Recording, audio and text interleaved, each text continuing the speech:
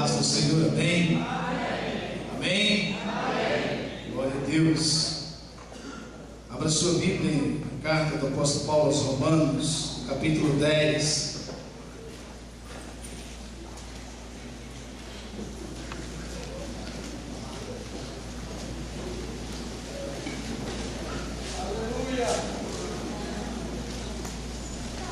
Carta do apóstolo Paulo aos Romanos, capítulo 10. Vamos ler do versículo 11 ao 15.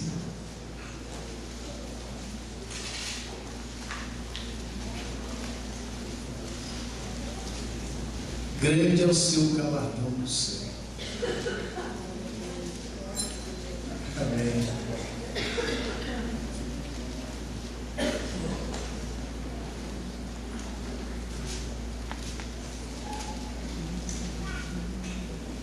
Romanos capítulo 10, versículo 11 está escrito assim: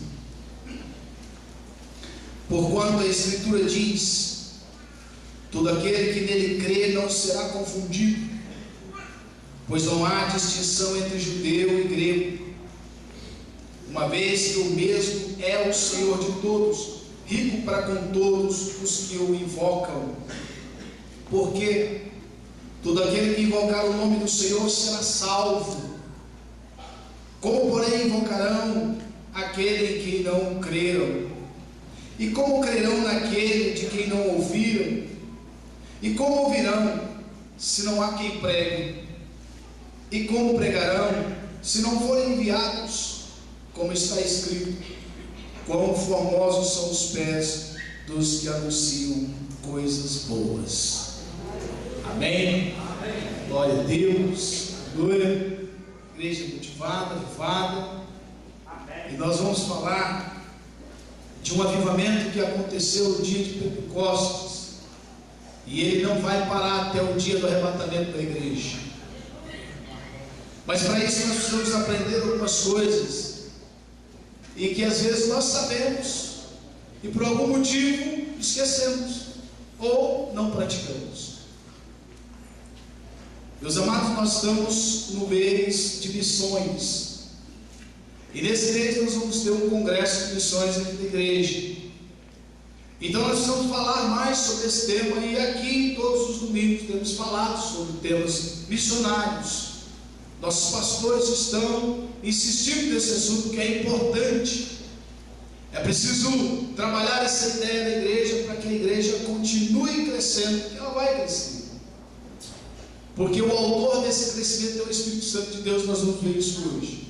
Amém? Pois bem, esse texto é interessante porque ele começa dizendo assim: porquanto a Escritura diz, a palavra de Deus diz, que todo aquele que crê em Jesus não será confundido. E às vezes a gente percebe que na igreja há algumas pessoas que ficam confundidas com alguns textos, confundidas com alguns conceitos. Às vezes não interpretam bem aquilo que leem. A dificuldade é natural. A dificuldade às vezes é tão natural quanto uma criança que foi apresentada hoje e tem na responsabilidade dos seus pais de ensiná-la a andar nos caminhos do Senhor. Então essa dificuldade não é algo que a gente pode dizer que é porque eu não sei, é porque eu não sou bom, é porque eu não sou de Deus, é porque o Espírito Santo não está em mim. Nada disso, nada disso. Mas é preciso algumas coisas, é preciso fazermos algumas coisas para que essa dificuldade se diminua. E nós vamos ensinar hoje o que fazer para que essas dificuldades diminuam. Bem, então vamos aprender. A Escritura, a palavra de Deus, é a luz do mundo, é o próprio Jesus encarnado. Então a Escritura não confunde, ela esclarece. E quem lê essa palavra não será confundido. O inimigo não terá poder com as suas vãs filosofias de confundir os filhos de Deus. Nós não seremos confundidos. Nós não podemos podemos ser confundidos, porque nós temos a lâmpada para os pés, a luz para o caminho. Então, não podemos ser confundidos. O texto continua dizendo: porque não há distinção entre judeus e gregos, uma vez que o mesmo é o Senhor de todos, rico para com todos os que o invocam. Se não há distinção entre judeu e nem grego, e aqui ele está dizendo acerca do princípio da igreja. Os primeiros cristãos eram judeus, os apóstolos eram judeus. Daí por diante começaram a vir os gentios. E quando ele se refere aos gregos, são todos os gentios, inclusive nós. Aí nós começamos a entender essa dinâmica de sermos igreja gentílica. E a gente observa Paulo escrevendo aos Romanos, a dificuldade dos romanos, dos cristãos de Roma, em entender que não existia mais dois grupos de judeus e gregos. Agora é um grupo só. Mas eles tinham dificuldade. E às vezes nós temos dificuldade dentro da igreja. Vejamos então. Porque todo aquele que invocar o nome do Senhor será salvo. Eu quero me ater nesse ponto, no versículo 13, para explicar algumas coisas que nós precisamos saber e que às vezes foge da nossa memória. Primeiro ponto é que nós, os cristãos, não invocamos mais o nome do Senhor. E algumas pessoas acham que nós invocamos.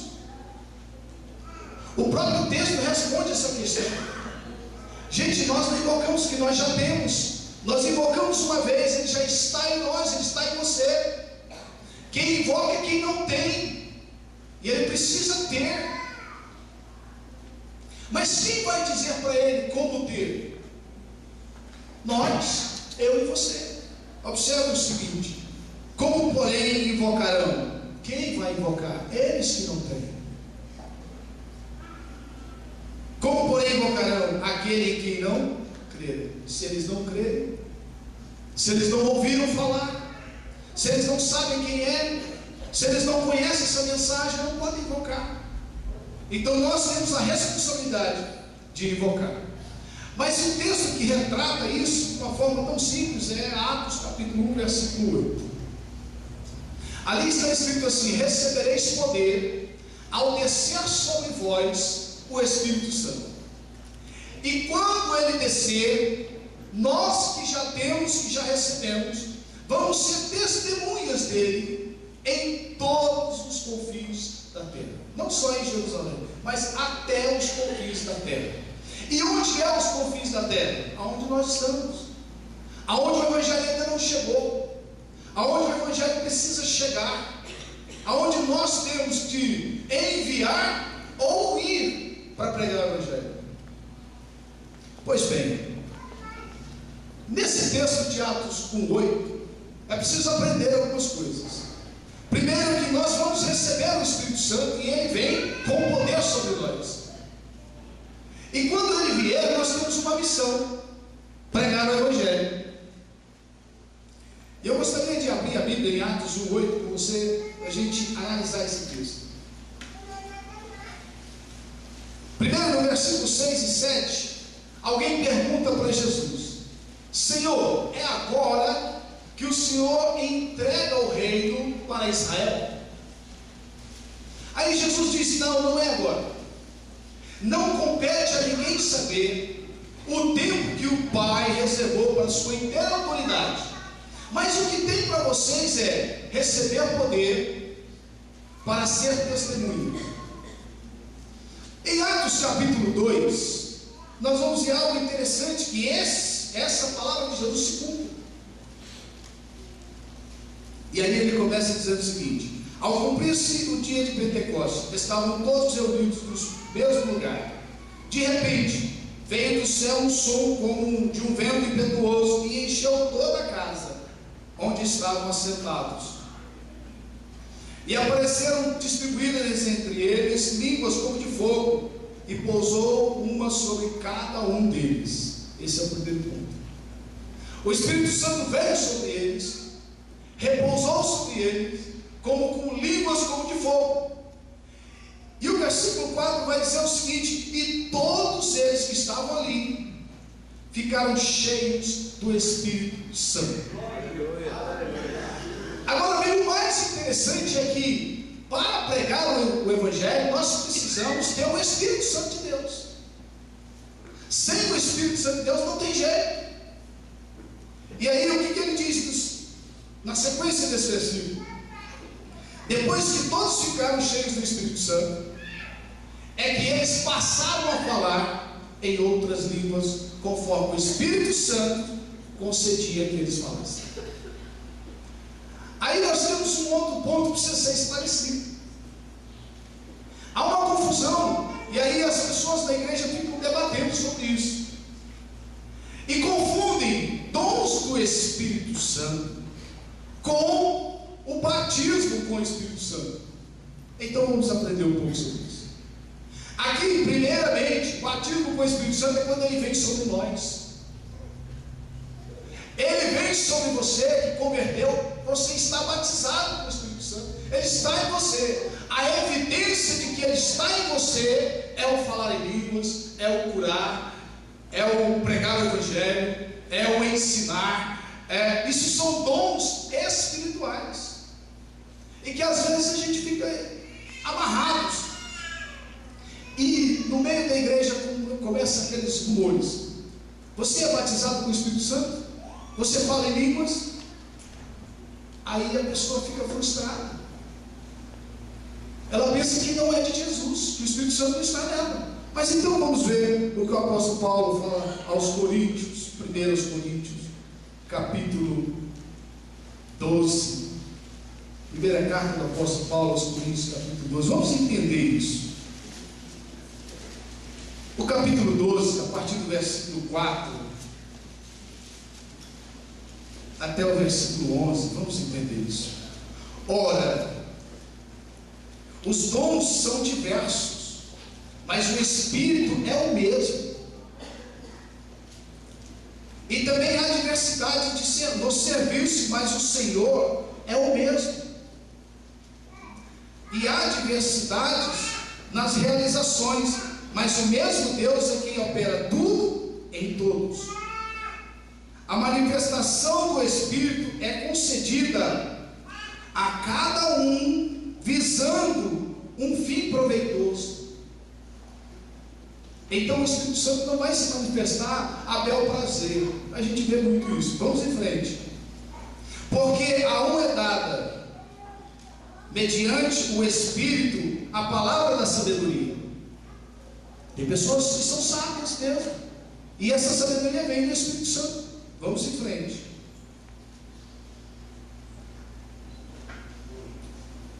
E a outro, segundo o mesmo Espírito, a palavra do conhecimento. E a outro, no mesmo Espírito, a fé. E a outro, no mesmo Espírito, dons de curar. E aí nós vamos em frente. É a manifestação do Espírito que concede esses dons, e aí nós vamos trabalhando esses dons. A outro, operação de milagres. A outros, profecia. A outro, discernimento de espíritos. A um, variedade de línguas. A outro, capacidade para interpretá-las. Mas um só. E o mesmo Espírito realiza todas as coisas, distribuindo-as como lhe apraz a cada um individualmente. Amados, línguas é dom. Aí o apóstolo Paulo, lá no capítulo 14, vem dizendo uma coisa interessante de novo, versículo 1. Seguindo o amor e procurai com zelo os dons espirituais, mas principalmente que profetizeis. Porque o apóstolo Paulo diz principalmente que profetizei? Porque a profecia edifica o corpo de Cristo, que é a igreja. E o dom de línguas edifica a pessoa só. É só isso. Não que um dom seja maior do que o outro. É dom de Deus. E os dons são para que a igreja cresça. Mas eu vou mais longe nesse propósito. Buscar com zelo, buscar com muita vontade, com muita perseverança, com muita responsabilidade, Você precisa entender que o dom não é para você fazer o que você quiser, é para realizar a obra do Senhor. Ao contrário de algumas pessoas que cantam em verso e prosa, vem da minha igreja que aqui vai ter cura. Será que o Espírito Santo quer fazer isso? Da forma que ele quis ou da forma que ele quer? Queridos, nós precisamos respeitar o Espírito Santo que está em nós, cuidar dele, tratá-lo bem, porque às vezes não tratamos ele como um servo nosso, e ele é Senhor de todos. Isso é importante saber.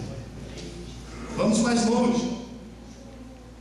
Quando ele fala no versículo 10, a outros, operação de milagres. Eu gostaria de me ater um pouco mais nesse tema de operação de milagres, já que dons espirituais não é batismo com o Espírito Santo. Batismo todos têm. Se você ainda não fala em línguas, peça com fé que o Espírito Santo vai te conceder, mas saiba que você precisa ter a vontade mesmo, buscar esse dom, porque é um dom espiritual. Se você tem vontade de curar alguém, peça ao Espírito Santo esse dom, você vai receber. Se o Espírito Santo entender que você vai edificar o corpo, você vai receber. Mas não é para você usar a bel prazer. Não faça isso, porque você vai ser cobrado. Mas acerca do dom de curas, o pastor Ricardo pregou aqui na semana passada. E aí ele estava dizendo o seguinte, acerca de Atos 1:8, ele dizia o seguinte: recebereis poder ao descer sobre vós o Espírito Santo. Ele foi para Atos 3. E quando ele chega em Atos 3, há uma interpretação muito forte daquilo que ele falou aqui. E aí ele chega em Atos 3 e diz o seguinte: o apóstolo Pedro estava pregando, e de repente ele falando, após ter curado um coxo, ele falando, 3.000 almas se converteram, 3.000 almas foram batizadas, receberam o Espírito Santo e se converteram. Pois bem, o Espírito Santo só realiza um milagre quando há um objetivo, e o maior objetivo é edificação do corpo. Então vejamos isso aqui. Pedro e João todos os dias entravam pela porta formosa do templo. Essa porta formosa era uma das 13 portas que se entravam no templo. 13 porque existia dos gentios, 12 para os judeus e uma para os gentios, que somos nós. Essa porta era também chamada de porta de Nicador. Por que porta de Nicador? Segundo Flávio José, porque um judeu morreu ali e a mão dele ficou pregada e ele chamava Nicador. Essa porta foi doada para o templo por um judeu alexandrino muito rico, que foi salvo de um naufrágio e ficou agradecido. Então ele doou essa porta. Ela era toda de bronze, então muito pesada.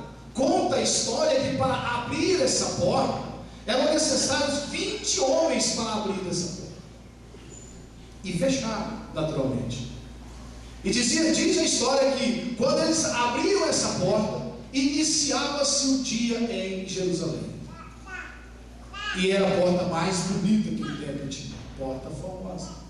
Mas Pedro e João entravam ali, e o Espírito Santo impeliu-os a curar aquele coxo que há 40 anos estava ali.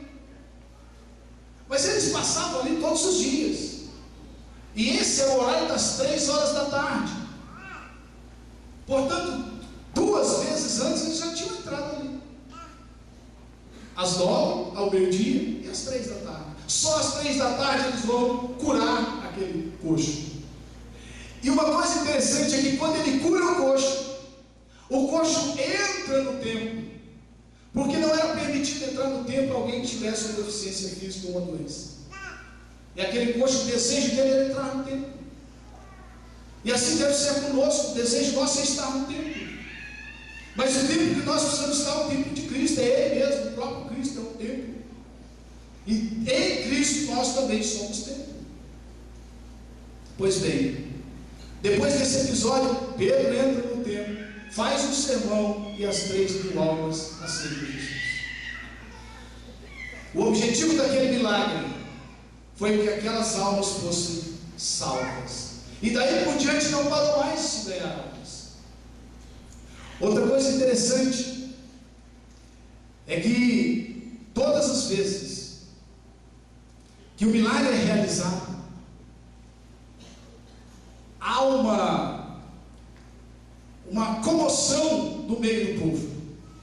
O povo fica feliz. E às vezes nós queremos ver o milagre porque queremos ver se Jesus está na igreja. Mas Ele está. Gente, Jesus está aqui. Nós temos uma dependência do milagre, mas o milagre está acontecendo toda hora. Porque o maior milagre é a conversão do perdido, do pecador. Mas nós queremos ver o coxo, queremos ver o morto, queremos ver o morto se levantar, queremos ver o canceroso se ver livre do câncer, enfim, nós queremos ver esse tipo de milagre. E por que não acontece mais milagres? Por que não estão acontecendo com frequência esses milagres? Talvez porque nós estamos acomodados no meio da igreja. Talvez nós precisemos ir mais. E se não vamos, enviemos então. Nós precisamos enviar também. Não só ir, mas enviar também.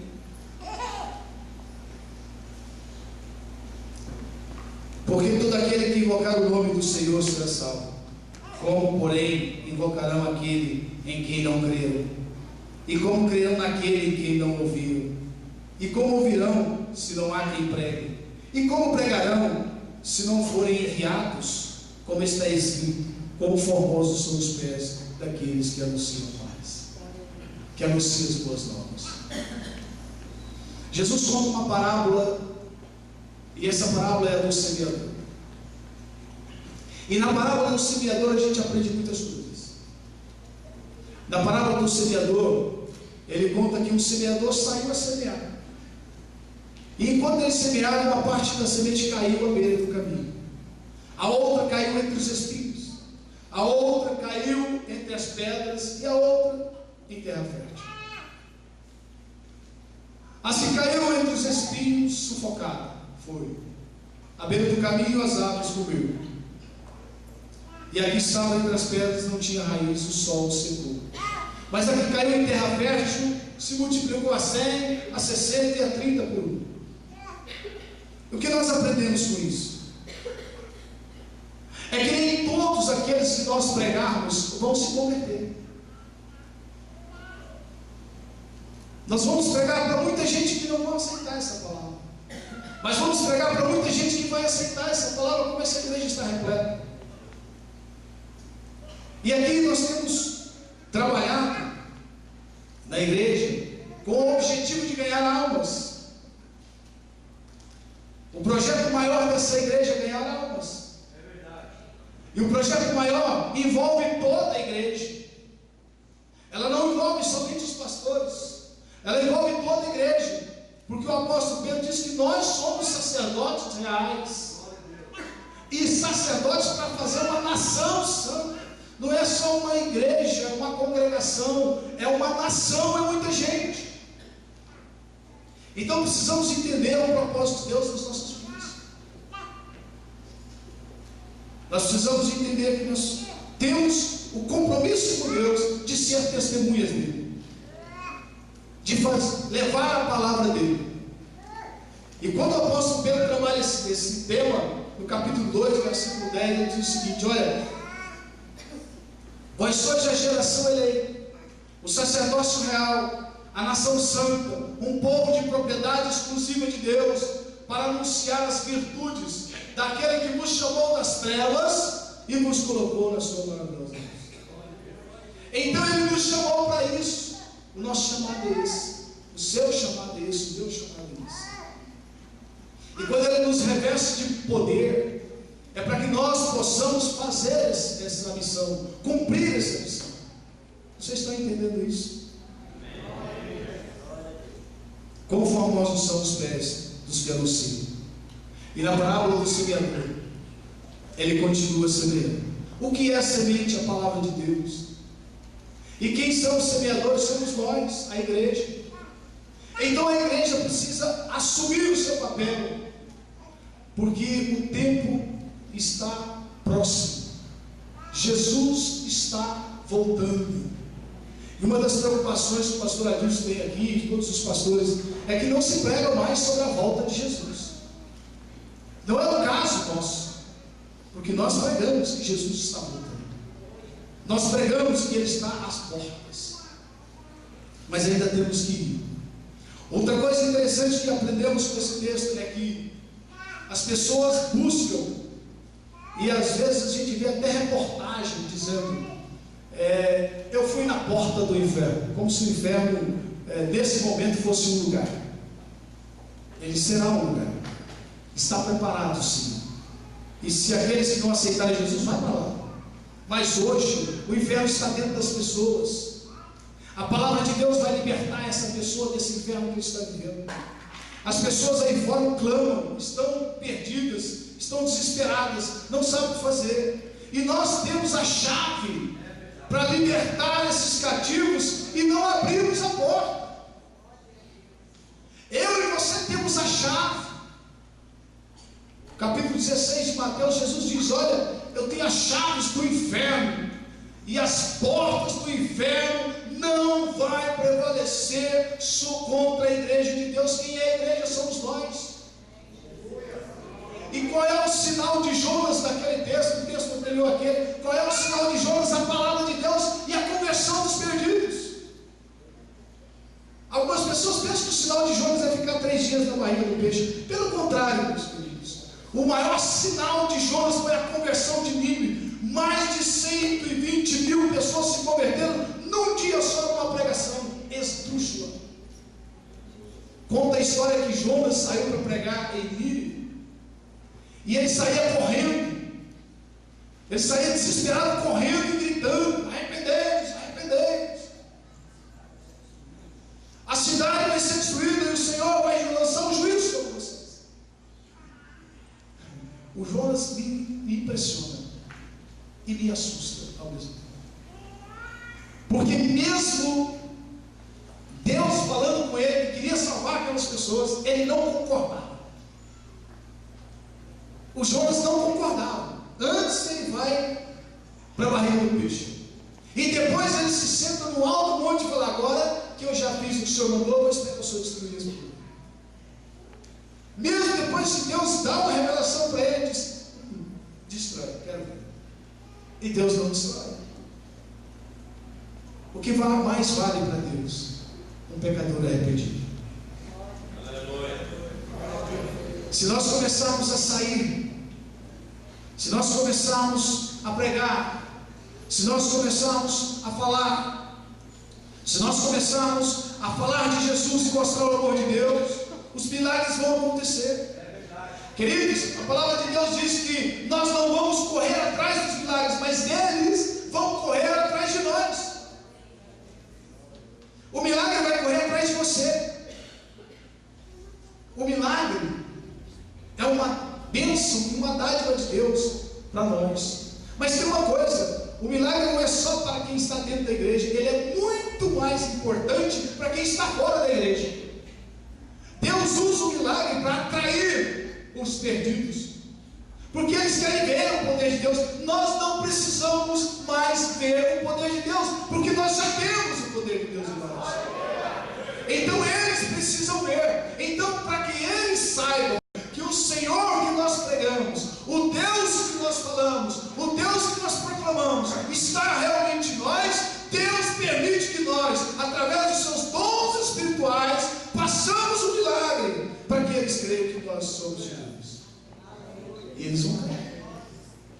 É claro que eles vão crer, porque para eles é impossível um morto ressuscitar. Para eles é impossível um coxo se tornar são. E o mais importante da questão do coxo é que ele nunca tinha andado. Logo eu entendo que ele não sabia andar. Ele não aprendeu a andar como nós aprendemos os primeiros passos. Ele não sabia isso. O milagre ali foi tão deles e eles consertaram. E ele saiu correndo, ele não andou, ele correu. Que impressionante. Ele poderia ter ido para a casa dos pais dele, dos amigos dele, da família dele. Ele foi para um templo. E o que ele estava fazendo? Glorificando a Deus. Que coisa maravilhosa. Gente, quando um pecador se arrepende e vem aqui, tem gente que vem aqui, desce esse corredor chorando, porque ele entendeu a palavra de Deus. E graças a Deus que nessa igreja há quem pregue. E quem está pregando são vocês. Toda a igreja está pregando. Eu costumo dizer, como o Santo Agostinho diz, né? Já falei isso aqui outras vezes, vou falar de novo. Porque às vezes alguém pode estar pensando, mas o pastor Marcos Vinícius aprendeu a pregar. Como se a gente aprende assim, tão fácil. E não é fácil, muito difícil. E Santo Agostinho diz assim: olha, prega o evangelho todo o tempo, de todas as formas. Se for necessário, use as palavras. Eu insisto nisso sempre aqui. Evangelho, a pregação do evangelho é um estilo de vida. Hoje eu conversava com o Maurício, e a gente tem que vigiar muito, né, irmão? Vigiar muito, porque as pessoas estão nos observando. E aqui passou um vídeo que os nossos filhos estão nos observando. E essas pessoas que estão no mundo, quando eles se convertem, eles são nossos filhos da fé. Aí eles nos observam. Aí nós vamos para Mateus capítulo 28, versículo 18, para encerrar. Jesus chega para os discípulos e diz: toda a autoridade me foi dada nos céus e na terra. Ide, portanto, e fazei discípulos de todas as nações, batizando em nome do Pai, do Filho e do Espírito Santo. Então, nós observamos que fazer discípulo implica ser discípulo. Para que eu possa fazer, eu tenho que ser. Já falei sobre isso aqui. E ser um discípulo de Jesus é ser como Paulo, um imitador dele, para que as pessoas nos imitem também. Isso é ser um missionário.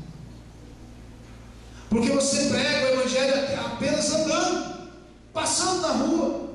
Quando você vai comprar no supermercado, você está pregando o evangelho.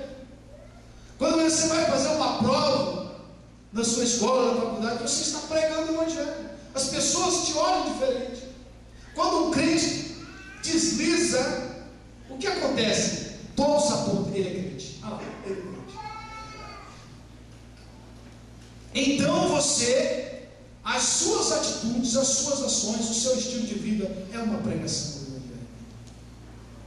É um ato missionário que Deus constituiu você. Quando você chega para uma pessoa e diz: a paz do Senhor, pode dizer, não é feio não, pode falar, paz do Senhor, fala alto. Não é assim, pastor? Fala alto, tem gente que tem vergonha de falar. Chega no shopping, a pessoa diz assim: senhor, é eu, mas você quer dizer o quê? A paz do Senhor, né? Tá bom, entendi. Né? Tem que falar. Fala mesmo. Pronuncie esse nome, porque é gostoso falar no nome de Jesus. Amém? Vocês entenderam essa palavra? Amém. Como pregarão se não forem enviados? Como pregarão se não forem enviados? O semeador, ele não sentou no banco e jogou a semente. Ele saiu semeando a semente. Ele saiu semeando a semente. Para aqueles que se frustram quando pregam uma pessoa e ele não se converte, no capítulo 2 de Atos dos Apóstolos está escrito que o Senhor acrescentava os que iam sendo convertidos. Quem vai convencê-los do pecado, da justiça e do juízo não somos nós, é o Espírito Santo de Deus, e que está em você. E o que você tem, o tesouro maior que você tem dentro de você, é a palavra de Deus. o próprio Cristo encarnado. Então não fique preocupado com dons espirituais, porque os dons estão à sua disposição, à nossa disposição. Eles foram feitos por Deus para cada um de nós, e é individualmente, como foi dito, como foi lido e dito aqui. É para cada um. Amém? Graças a Deus. Então fique de pé.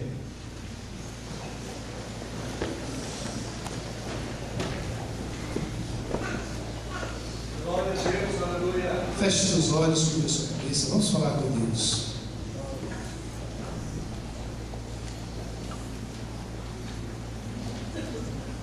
Nosso Deus e Pai, nós te louvamos, Senhor.